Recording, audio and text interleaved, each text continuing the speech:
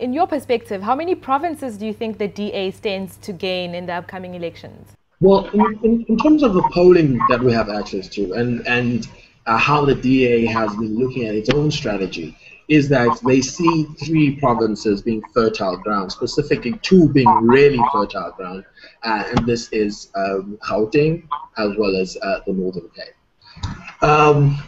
And the basically fertile ground in the sense that the ANC might lose its majority in these provinces. At least this is what the polls say. And you know, even if you are to look again at the most conservative polls, they put it about 60% and all that. So they may gain ground, but not to the extent of actually governing those provinces. And I think the room of error that's accommodated within those polls would show you that as well.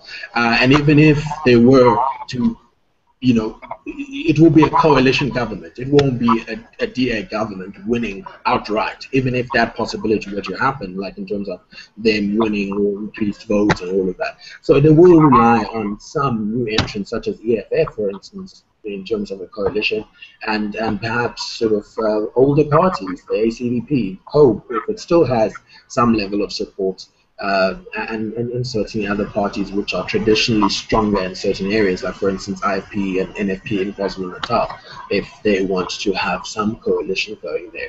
But of course KwaZulu-Natal is not up for grabs. It seems there that the ANC will win a really comfortable majority. And how well do you think the EFF will do at the upcoming elections? Again, you know, it has an element of crystal balling to it, and I'm not one of those people who just, you know, suck up statistics from anywhere.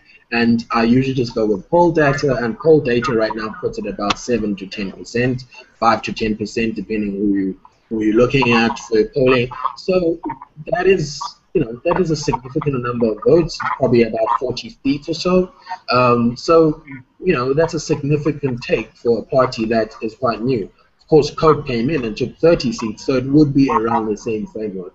And it seems this time around that they will take some vote from the ANC, because at the end of the day, when I do sort of like the primary research looking at constituencies of parties, I noticed that a great number of EFF supporters actually come from the ANC. And of course, some of them are those so-called undocumented voters, in that they register to vote but never vote. And they're eligible to vote but never vote. So it seems as if that constituency is moving towards the EFF. So unlike COPE, where COPE came in and cannibalized all the other smaller parties, EFF may sort of take some from the ANC and certainly cannibalize some of the small parties.